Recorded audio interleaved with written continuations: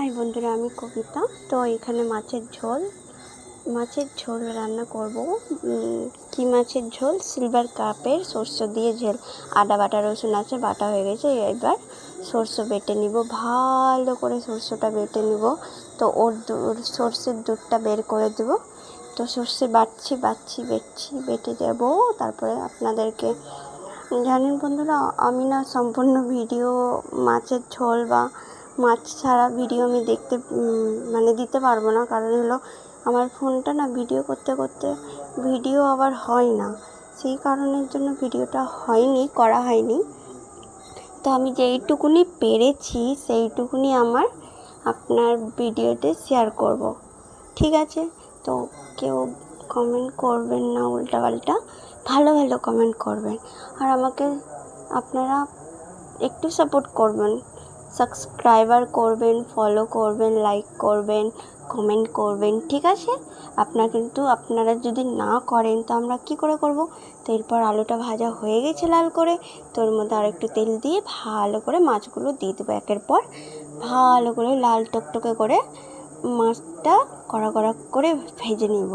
তো মাছগুলো একের পর এক দিয়ে দিলাম। দেওয়ার পর ভালো করে ভাজবো, ভেজে তুলে নেব।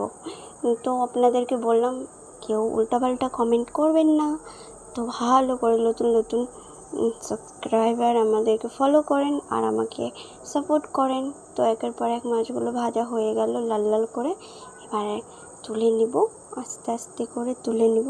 তোলা হয়ে গেছে। এরপর পেঁয়াজ লঙ্কা যা ছিল সব কেটে দিয়ে দিলাম। তেলটা দেখছেন কালো হয়ে গেছে কেন? হলুদ দিয়ে মাছটা ভেজেছিলাম, তো একটু তেলটা কালো হয়ে গেছে। তো এর মধ্যে আমি দিয়ে দিলাম তেলের মধ্যে পেঁয়াজ, টমেটো আছে, লঙ্কা আছে। তো এরপর আমি মশলা দিয়ে দিব। তো এখানে আদা বাটা, জিরা বাটা যা আছে সব দিয়ে দিলাম, ঠিক আছে? তারপর আমি দিয়ে দিব টমেটো কাটা করা কেটে রাখা। এরপর আমি দিব নাড়ছে হলুদ, লবণ, এরপর দিয়ে দিব হলুদ। এই দেখেন হলুদ দিয়ে দিলাম।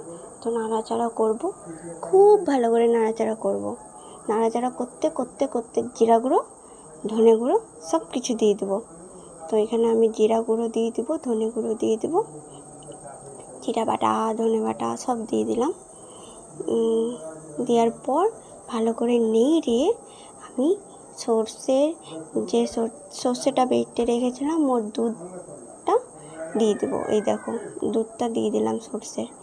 দেওয়ার পর তো এর মধ্যেই শেষ হয়ে গেল।